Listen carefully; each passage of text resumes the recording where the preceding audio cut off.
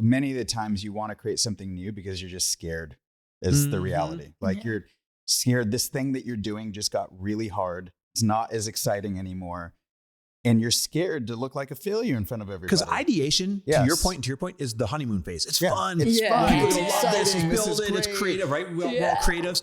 And then the work comes. Yeah. And it's that messy middle. Yeah. And the work is work. And that's when you're like, I think I want to go back to the fun.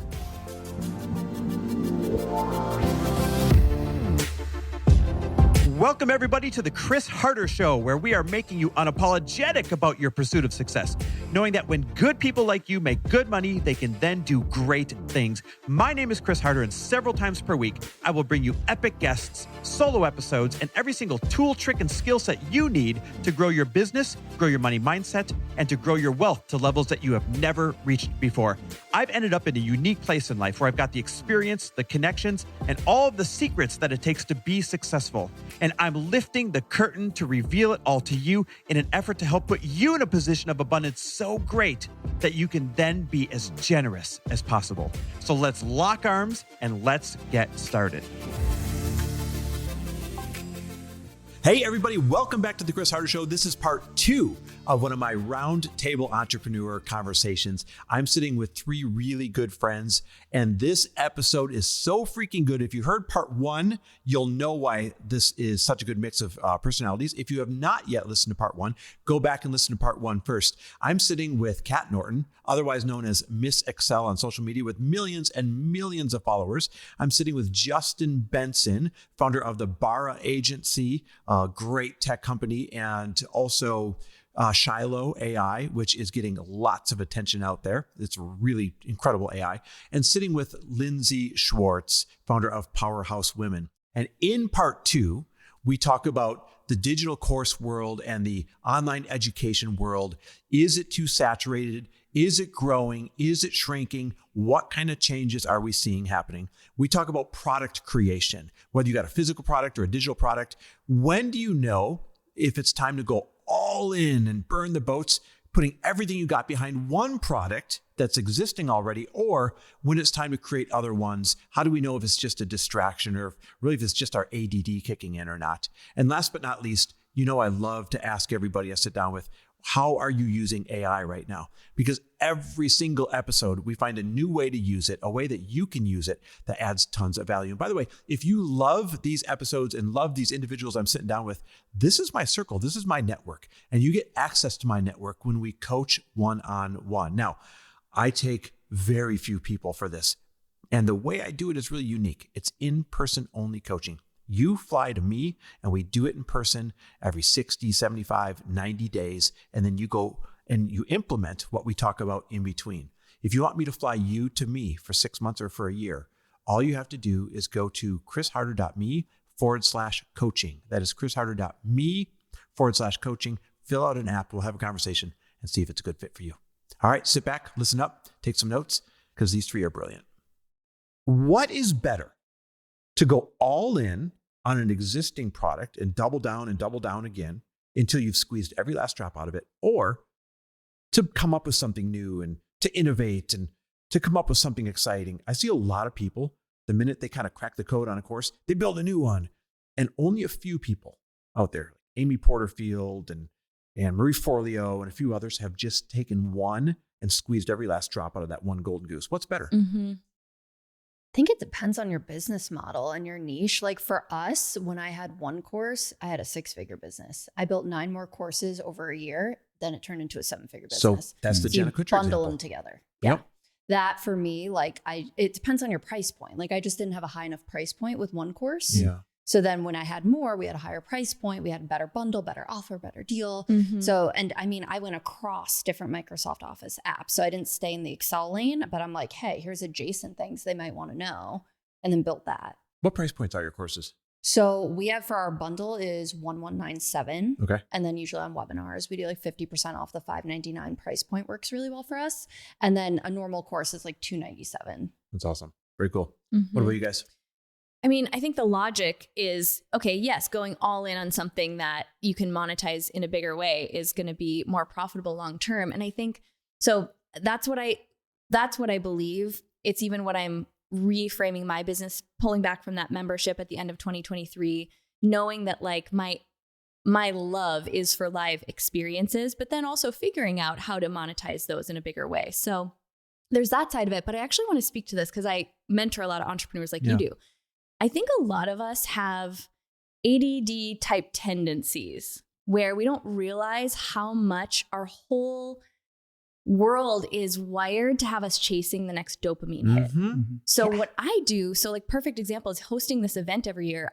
There's little elements of it I reinvent every year where it gives me that sense of newness, but I follow the exact same format. I can plan this huge annual event for 800 people easily. I have me and one other person. My team is really small.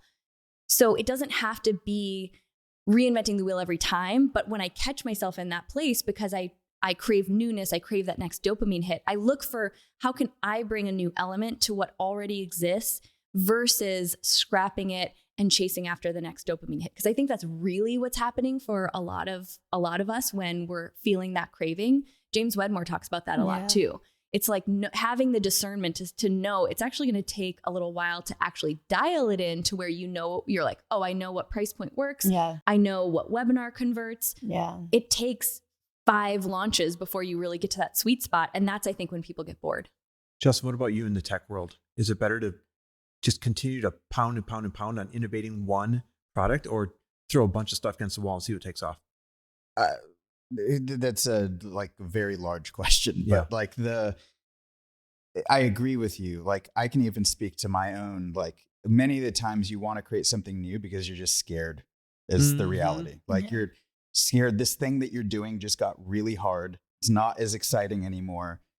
And you're scared to look like a failure in front of everybody. Because ideation, to your point, is the honeymoon phase. It's fun. It's fun. People It's love this. exciting. Build it. It's creative, right? We all love creatives. And then the work comes. And it's that messy middle. And the work is work. And that's when you're like, I think I want to go back to the fun. And I think the dopamine hit, what you're saying, as soon as it gets to be work, we all want to go back to the fun. Yeah, I think that the first thing you got to be real with yourself is like, you got to look yourself in the mirror and go, am I trying to create something new because I'm scared and this is hard? Like, am I cashing in too early? Do I feel like I'm being like honest with myself right now? There were many times like scaling Barra Agency. That's literally the hardest company I've ever scaled in my entire life. That thing is freaking so hard. So many times I sat in my truck, just like typing up the letter to the guy that would buy it. Like, I know who will buy this from me right now. I can be done. And I would type it up and hover around that send button and like know deep down inside that I'm just quitting early because I'm scared. This is hard. You know, I want to just go create something new instead. Right. And the times that I like stayed the course and stayed in there are the like true victories that I have to share about in my life. Right. However, if you can look yourself in the face and go, no, I'm not scared. Sometimes like, you gotta call a duck or whatever the heck that saying is or what. Anyways, like you just got to cut your losses ultimately. Like this was great for a little while and the tides of the world just changed. And I used to run a Rolodex company and now the internet is here kind of thing, right? Like it's probably time to sell this thing while it's still worth something, right? So it's a both and situation. But in my world of technology, we have this thing called product discipline, right? You're building technology now as well. Like product discipline is everything. Staying the course, staying here. Everybody has all these demands of you. Logical adjacents. Yes, that would make sense. And then you launch live, and then you got all of these clients and customers that are like, I want this, I want this, I want this, I want this. And you want to please everybody kind of thing. But if you do that, then it fragments everything, you know? So having that ability to like have grit and see things through, I think is really important. But you don't want to continue sinking time and energy into a lost cause either. So don't worry. We're going to go to AI in a minute, but just to kind of start to put a bow on this subject while we're talking about courses and all that stuff, the digital education space, and you guys work with a lot of people in the digital education space. It's changing. It's about to get crazy. Nobody knows knows my daughter's how going to have it's a high school changing. teacher anymore. Right? What is it getting better? Is it growing? Is it shrinking? Is it too saturated? What's your take on when I say digital education space, I mean courses, events, workshops, monetizing knowledge that you have, monetizing the knowledge of Excel, monetizing the knowledge of entrepreneurship. Do you add in the fact there that like Harvard has all these free online courses? Yeah. Like, is that in the Getting saturated? Yeah. Absolutely, Yeah. it's in the conversation. Yeah. So at the end of the day, there's just so many buyers for just Yeah. so many courses. And I'm not a scarcity-minded individual, but I'm seeing shifts in the headwinds out there. Any takes? So good. I feel like it reinforces what you said earlier about branding. Mm-hmm. Yeah. There's so many options, and there's even free options. Of course, it's going to evolve. It's technology based. Mhm. So I think that's up to us to really understand. That's one of the reasons I double down on community, because if I'm connected to the community, I'll always know what they need, how to shift it in response to that. And of course, it's going to change. Yeah. Yeah. In my world, that's called product market fit. Like Yes. understanding, okay, I have my core base of users, the people that love and have been around for a long time. I'm going to pay attention to them. I'm going to continue to shift and change to what Mm-hmm. is happening around me. Yeah. It's interesting. Yeah. Totally. I mean, for us, like I just doubled down on our differentiator, which is the energy and the innovation.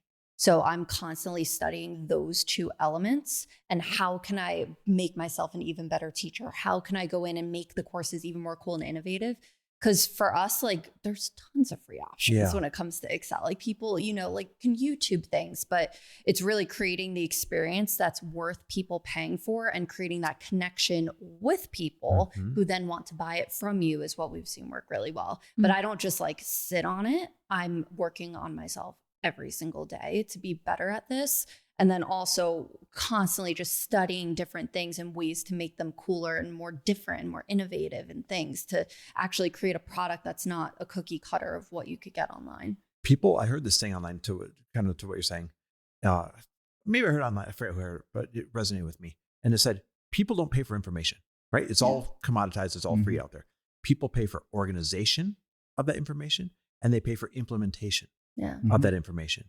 So if you're going to sell something in the information space, make sure it's either really organized well, Yeah. so it made it easier for people to find, or there's a level of implementation. Either it's easier for them to implement, or you're doing a done with you or done for you type of version of Or it. both. Totally. Or both. Yeah. I think the online education space or the digital education space, and I lump in events when I say that, I think AI, and we're going to go there next, is going to make it so that there's so many people creating so many courses.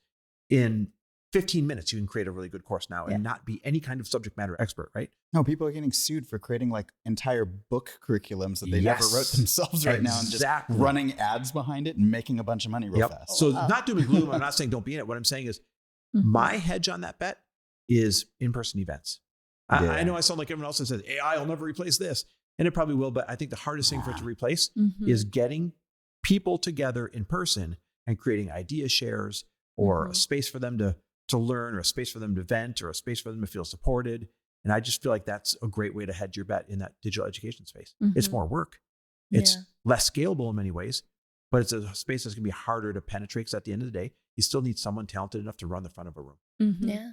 Yeah, 1000%. I mean, and like my take on the education thing is education happens to be one of those things that allow people to step up in life, So the access to education at different tiers, I think, is really important for our society, right? Agreed, yeah. To not hold on to that, if you want to sell a course, great. The beauty of that is that you have a specific audience that wants to consume it in that specific way. And you have this niche, and like, that's beautiful and it's awesome. And you can create a community around that, right?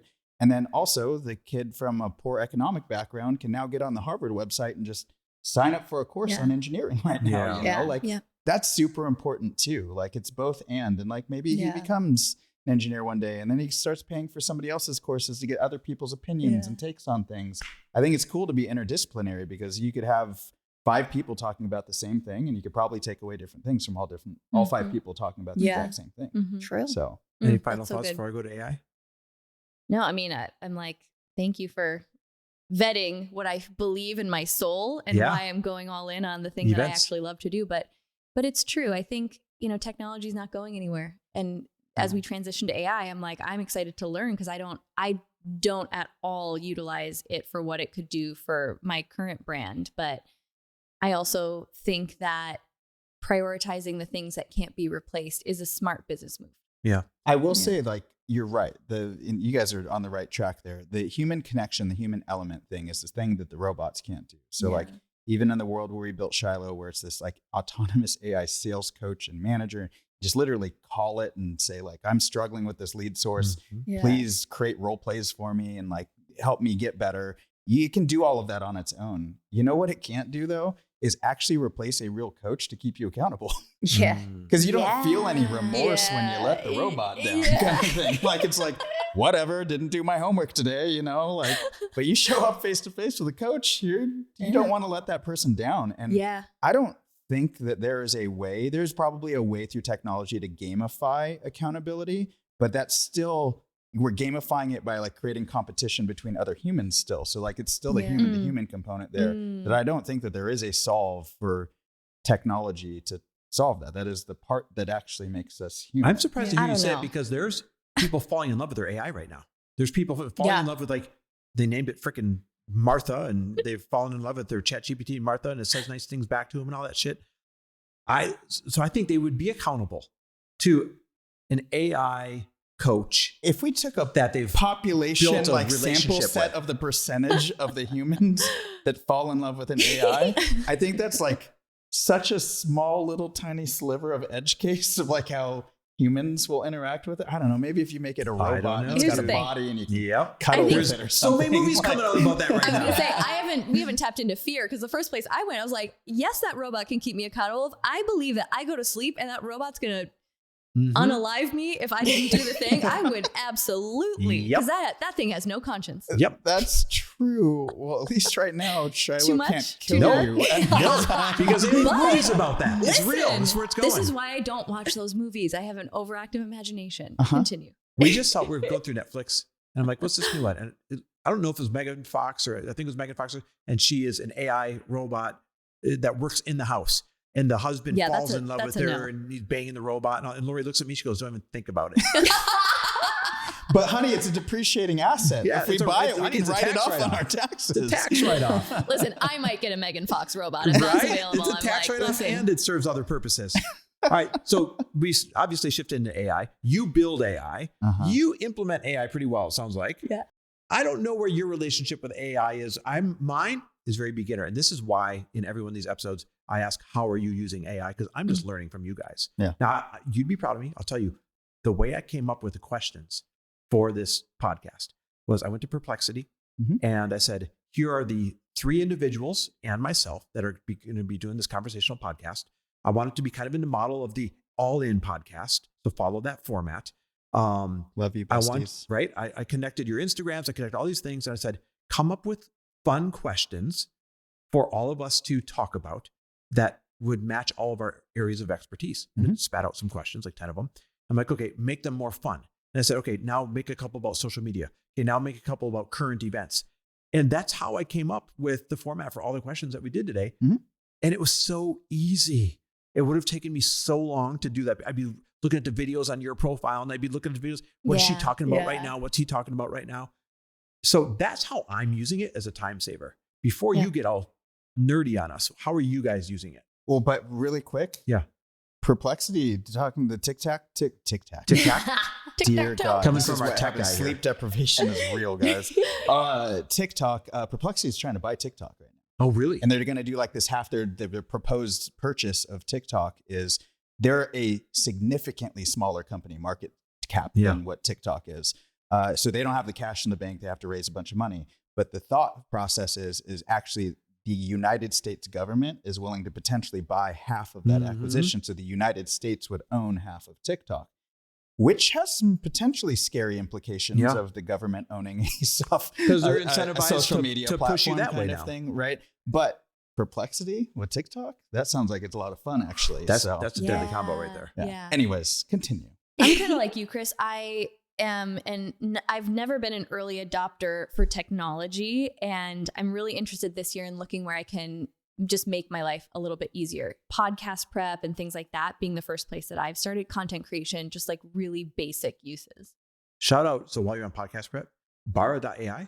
Yeah. Not for this podcast, but when I'm interviewing somebody, I use theirs and I say, I have Justin Benson on the show. I want you to find 3 questions that no one has ever asked him that would be really fascinating. And then I'll say, okay, make one question about his upbringing, make one question about his business failure, their software makes podcasting so freaking easy for a guest. That used to be what I was so afraid of, that I stopped doing interviews for a long time. So it's like, I don't have the time to research this person. I'm too busy. Now it's a breeze. It's done for you in a matter of minutes. You set it on autopilot too. Or you can just like literally send it your entire recording afterwards and it'll create all your collateral for you. It's really emails, blog posts, text messages, all that stuff. You guys build badass stuff. Thank you, Jim. How are you using it? Yeah. So I use it creatively. So if I need to come up with like content ideas, I use it for research a lot to like pull different things. We use it for sales copy, for like rewording emails. I use the Meta one on my stories to consolidate what I'm saying. So they have the AI feature in Instagram stories.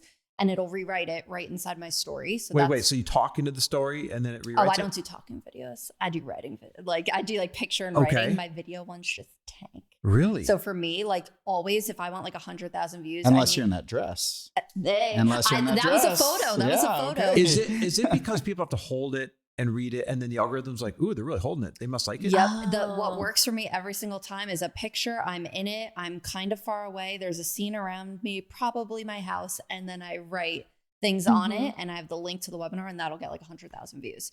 Damn. So that's been like our game. So I don't even do videos anymore because it's a lot more effort for me. I wonder if I have 100,000. I didn't even have to put on makeup. My other one the other day. I'm like, lifetime views. Lifetime views. I probably have 100,000. Well, the nice thing though, it'll push it outside of your native audience in that case, right? Because stories are not only for people that follow you. And if they're sharing it, but normally it is just people that follow you, I think. But I mean, that's like 1/10 of my audience, which for stories is pretty good. Really good. 10% of your audience for stories is killing it. Yep. I think I average like 1% at any given time, and my really good ones pop off are 5% of my audience. It's anemic. One story, no talking, lots of words, and it has a link. And it's 100 that with like a promote, and I use the word free class and like or sale. Do you tend to use ManyChat a lot? Yes, we do use ManyChat, but I have found that people like clicking a link more than DMing on a story. What? They do? Yes. So we've gotten a lot more conversion doing back to the old school link than people actually DMing me People something. gotten weird with ManyChat. It's just like feels disingenuous. They have so much. abused it, like everything. Every time I follow somebody and I get some like message like right away that's like, hey, thanks for following following my me. personal Tell me, what'd you cell phone follow on me my for? No, you're phone. not. Son I of think, a... like my audience too, I think doesn't really like understand it as well either, because my audience is not really entrepreneurs and marketers. My audience is people in corporate. So like they're not like, oh, it's a ManyChat funnel. Let me get this. Like they're like, huh?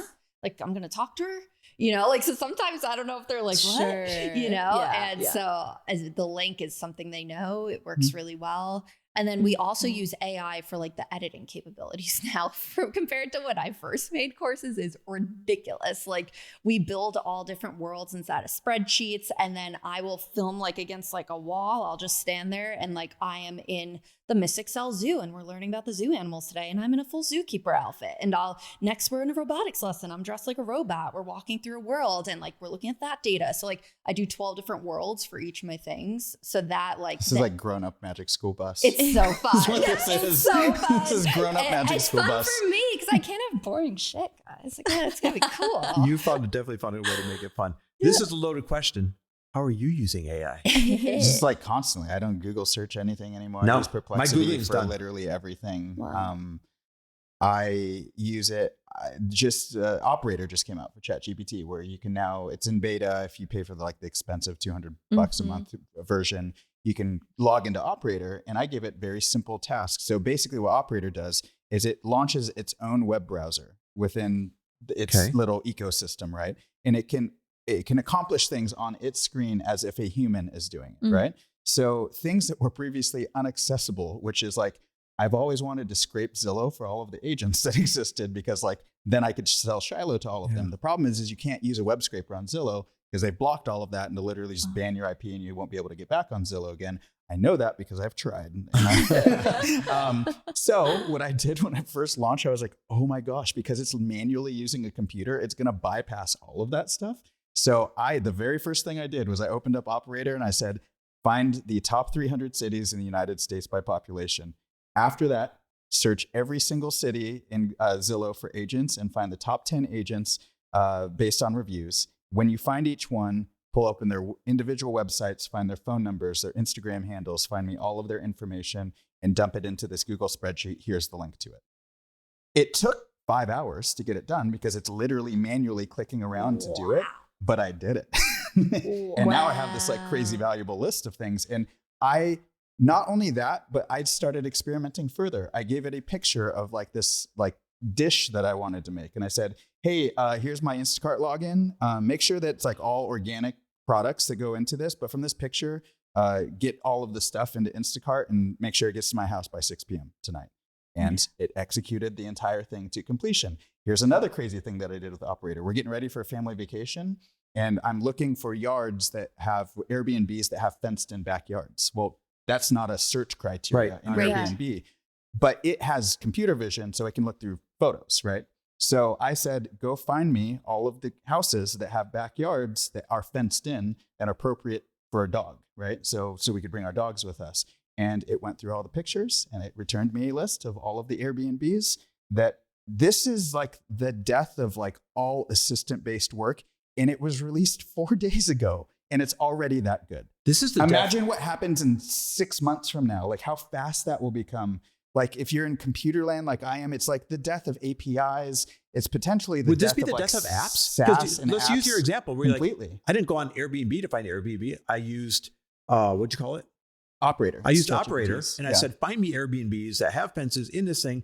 And it must have sent you what, links? Yeah, it sent me links. So sent me are we to the point where we won't rates. use Expedia? We won't use Airbnb? We won't use it still those needs anymore? to go to those websites. Like well, they got to exist, but we won't use the app. We're just going to now do an operator search. The way that I think that this search, if I got my crystal ball, I think the way that this speeds up is in the same way that we have to create websites that are searchable and crawlable by Google to index. There will be a way to build applications and websites that are crawlable by AI much faster than the manual clicks is what's going to happen. Yeah. So that way the AI can pull open your website and like somewhere within the metadata, just like grab all the information it needs without having to copy and paste off the website, which is like what it's currently doing, right? So it is crazy that that level of proficiency is, and it gets some stuff wrong every now and again. I've had some employees complain about that. They're like, well, it gets stuff wrong. And I'm like, here's what would happen. If I took a untrained assistant and said, go do this thing, what will happen is that they'll probably get it wrong too. Yeah. And then they'll spend the next 5 days doing it wrong and come back to me with something that I did not want. At least Operator, when it senses like, I think that I've fallen off course here, it stops and notifies me like, hey, are you cool with like what I'm up to right now? Or do you like want me to change what I'm doing? It'll stop its operation in the middle and it'll like course correct itself, which is crazy, right? This world of like autonomous agents, like the core of Shiloh at this point, this is getting crazy sci-fi, but we are literally redoing our core architecture inside of the application to, instead of being all of this code and API calls and all of that stuff, there will be 5 agents that have very specific jobs. So one is good at summaries, one's good at call grading, one's good at coaching, one's good at dispositioning calls. They all have their job roles, right? And they have access logins, basically like a human does, to access the information that they need to access to execute their job. Those 5 agents will be managed by a manager agent named Shiloh, right? So the core operating system of it actually is these 5 autonomous, it's in almost the same way that like if you think about general contractors remodeling a house or something, right? The general doesn't do all the work. They hire a sub for tile. They hire a sub for flooring because these people are experts at their one thing that they do, right? You'll get a better end product that way. The core architecture of software is changing to be intrinsically agent-based than the previous way that we even thought about building software. This whole thing is like turning on its head currently as of now. And then you cap that off by the fact that OpenAI it built its models by stealing from the internet, basically, like just stealing blatantly from people. And then you have DeepSeek from China shows up. Came out this week with their R1 model that rivals this $1 billion model that OpenAI put together. And they did it for $7 million. And you know how they did it? They basically stole from OpenAI. They took OpenAI and they ran a bunch of prompts through it and trained their AI created a with better the other OpenAI. AI. They did it for only $7 million. And for context, OpenAI has what, 50 billion into it, right? Do I have that right? Yeah. They spent 50 billion creating OpenAI, which is ChatGPT as we know it. Yeah. This same company out of China did it better. I saw 5.5 million, but you saw 7 million. $7 million. Same thing. This is a 1%. And then get this. Of the cost. They turned around and they open sourced it. They gave it away for free. The last person I thought that would be Robin Hood in this whole AI thing is China. But someone was going to do it. Someone's going to do it. Yeah, of course, there's some strategy in that. OpenAI just created this huge valuation for themselves. And here came somebody else that was like, chop hey, them off the knees. Your core thing that you just raised money on, it's worthless free now, basically, right? So it's not like they did it out of the goodness of their heart. I think that something, there was a plan for that, right? But the fact that it's now open sourced is crazy because that unlocks all kinds of things, basically. I don't want to get into details. It's going to create a lot of opportunity. And that's a segue into my last question. I always believe opportunities abound. Yet I had the shittiest, and it wasn't for a lack of opportunity, but the shittiest 2024 ever. Like, I'm so glad it's over. Sometimes you just have those years. Yeah. I'm really optimistic about 2025. What is your real take on 2025 for each one of you? Optimistic, pessimistic, or somewhere in between? Everyone's looking at me. You don't have to go first. You know, I'm focusing on the present more than ever. I think the reality is I have always known I am someone who is obsessed with transformation. And the more I try to even predict, it actually steals the magic of how I think I'm supposed to operate in the world, which is more in the present moment, looking for the opportunities. Because 2024 challenged me in really deep ways. And my word of the year was surprise me. Mm-hmm. And I got that. And Careful I got what you asked for? Is that I got what I asked for. And I wouldn't go back and change it. Yeah. I really wouldn't. So 2025 is going to be what I make it. It's going to be a very different year. I'm changing everything about the way I operate in the business. I'm my favorite version of myself. So I'm like, if I equate myself to AI, how it's always evolving, 2025 is going to be great because I'm this version of me that's like a very sunshine and rainbows view of it. But that's also the truth. It's an empowering answer. It's good. Kat, optimistic, pessimistic, something in between. I mean, I feel like we live on a polarity planet. There's always positive and negative forces happening with every new technology and everything we do. So I think the key part for everyone will be to stay on the higher vibrational optimistic current of whatever it is, meaning you are leveraging things that can actually help you versus looking at AI. Like I know a lot of my audience looks at AI and it's like, you know, like, oh no. Yeah. And so I think like there's two narratives here, right? Like, it's with anything. You can make it work for you or you can make it not. And so I think just like having that autonomy in yourself to be able to look at all the new things happening and have a stable nervous system and be like, okay, like this is what's coming. How can I pivot and what can I do? I think everything would be Can you fine. buy one of those? Stable nervous system? Could you build one for us? I can breathe you one. Can you get AI? Let's get AI. Okay, perfect. Yeah. Let me know where to buy one of those. Optimistic, pessimistic, something in between. Oh, I mean, I'm just born optimistic is what I am. But like, for me personally, no, 2025 is going to be great. Like the year of the autonomous agent has shown up and I'm at the helm of a bleeding edge AI company. This is like my nerd dream. This is awesome. Do you sell your company this year, do you think? In 2025, call your shot right now. We'll have receipts. Do you end up selling Shiloh? I don't know if I'm allowed to talk about that publicly because of the people that we're talking to about it. Okay. Just a guess, nothing formal. There is a higher percentage chance that something like that could happen this year. Dude, that's awesome. Yeah. So I think how much do I get? I don't know. We're running a friends and family round right now, so that's right. We got to jump in if you want to. But I'm crazy optimistic on our society as a whole with the AI thing. I tend to be on. I do see the real, like there are some real dangers of what is going on right now.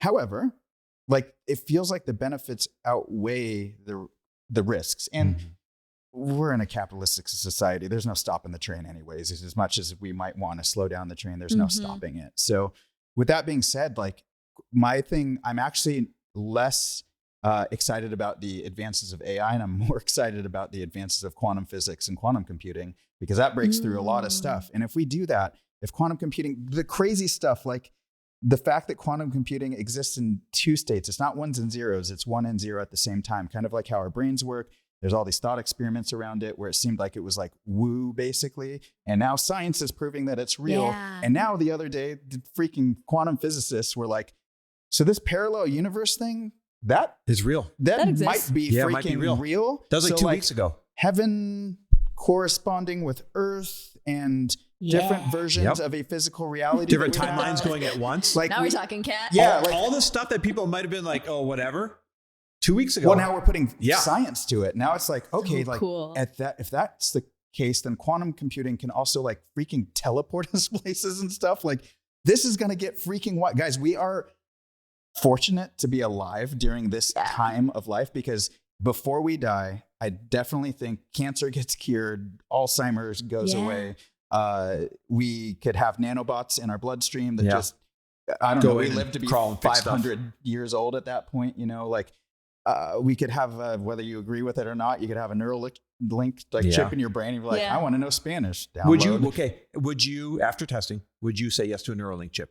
Dude, I don't know. Okay, so like church kid in me is a little scared of it, just mainly because it's like, there's like, okay, if you're a Bible person, I grew up in Bible school. So like in Revelations, it's you were like, a pastor, weren't you? And no, I'd sang worship music. Oh, that's okay. Like, I'm still signed to Tooth and Nail Records. Same thing. There's this like verse that talks about like, they'll wish that they could die, but they couldn't, basically, like in these end times. And this idea that your brain can now be uploaded to a cloud and now potentially so you it's could like never kind of living, die anymore. Like it's conscious, but your body is effed. Yeah. Like how torturous could that actually be to me? I'm a little nervous about the implications that happen with that, right? See, I knew it. The robots get us after all. Yeah. Well, it's impossible for them not to get us. There is every sci-fi book that exists on the planet follows the exact same story arc. We are just humans. We invent AI. Thinking robots happen. Thinking robots take over. We become mortally dependent on them. Then we realize that, and then we go to war, and hundreds of millions of people, humans die, and then we finally shut it down, and we now no longer have thinking robots, and we live in a world that's like the movie Dune at that point, right? That's the end of that arc. But it's crazy how well these sci-fi books have predicted like the evolution of AI technology. It's like you talk about parallel universes. It's like they wrote a history book from the future somehow. Like, I don't know what they tapped into to understand like where this story goes, but like it's freaking, like it's not fiction anymore. Like it's nonfiction. So we are living in a crazy freaking time. Like Elon's right. We might actually get to Mars. Like that doesn't seem outlandish anymore. I don't think my daughter will drive a car.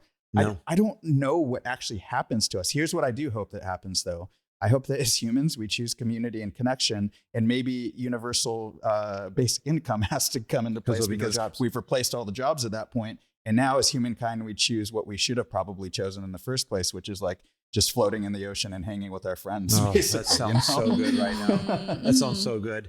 Would you get Neuralink or not? No, I would not do that. I think just from like the thought of implanting something in my body that's foreign, I don't like do that kind of stuff. And then also just from like a consciousness perspective, like I'm with you. Like I want to have the human experience. Yeah. You know, like I came to the planet to be a human, to have a human experience. But what if it was like cybernetics instead, where like it just like you can hear really well now? If it goes in my body, I love biohacking stuff. Like I'm all about that stuff. I'm doing like anything like external that makes my human experience better. I'm good with. For like it makes it so you can speak multiple languages immediately or know about wines immediately. So I will say that you're not like going the toxicity of the metals in the body and There's like that. the lymphatic system and like just you're not going to need to put it in your body to do things like that. Like the Meta glasses are already going to be showing up here really soon. It's beta live transcriptions, right? Yeah. So like I use my Meta glasses. I will make this prediction. I'm willing to base my entire reputation on it. These cell phones are going to die in the next 5 years. This is a terrible ways for us as a society to be interacting with data flow of this level. Makes no sense at all. It disconnects us from everybody. And you know what's interesting is I freaking love my Ray-Ban Meta glasses. Me too. Of all of the devices that I have, I put those on. I'm like, this is the future. Like I'll go on walks and like thinking walks, right? Like the other day I was like trying to figure out a cat's bear company. And I was like, what's the market capitalization of Build-A-Bear Workshop? Like, it looks up the information for me, tells me what it is. I can run computations through it and have this like locked in conversation. And I go on these thinking walks with my Meta glasses now, right? It keeps me in the present. When I go on trips with my family, or like we went to the Princess for Christmas, I wore my Meta glasses and I didn't have to pull my phone out and get distracted to take a picture or any of that. So just snap pictures, take videos. It's freaking awesome. I'm really optimistic about how the advancement of this AI technology and computing power allows us to put that kind of power kind of like right here instead, where maybe we don't have to implant it in our brains, but we can interact with it in that way instead, you know? Lindsey, your last, would you get the chip? how fashionable are we talking these glasses are? I That's what I was saying, like, circular They're glasses Ray-Bans. I now? have them on Yeah, backpack. they're awesome. Yeah, I'll show you. Dude, when everyone's getting the chip implanted, maybe I'll be on TikTok by then. That's a good answer. Listen, I'm going to watch and learn.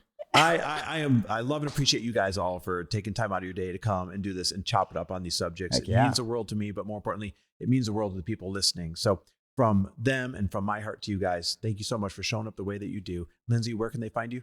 Powerhouse_women on Instagram, and then everything is linked there. Love it. Kat, where are they going to find you? miss.excel on all the social platforms. Justin, where are they going to find you? You can follow me on Instagram if you want at Justin Benson's videos of me and Good my luck with kids that. and like really awesome memes. Honestly, my meme here game is for on it. point. Sold. Barra.ai is if better. if you're a podcaster looking to like figure out how to speed up your workflows, Barra.ai is definitely where you should go. And if you're in a sales industry and need an autonomous sales manager to be in your world, then Shiloh.ai is where you should go for that. Love it. And I'm Chris W. Harder on Instagram. That's a wrap, guys. Thank you. Appreciate you. Cool. Thanks, dude. Thanks for listening. And if you loved this episode and know of someone else who is as successful as they are generous, please pass them on to me. It would mean the world to me if you help me get this cause and this message out to as many listeners as I can. So please, if you liked what you heard, it goes a long way if you take 30 seconds and leave me a 5-star review and share this with your friends. I'll be forever grateful. And until the next episode, cheers to your success.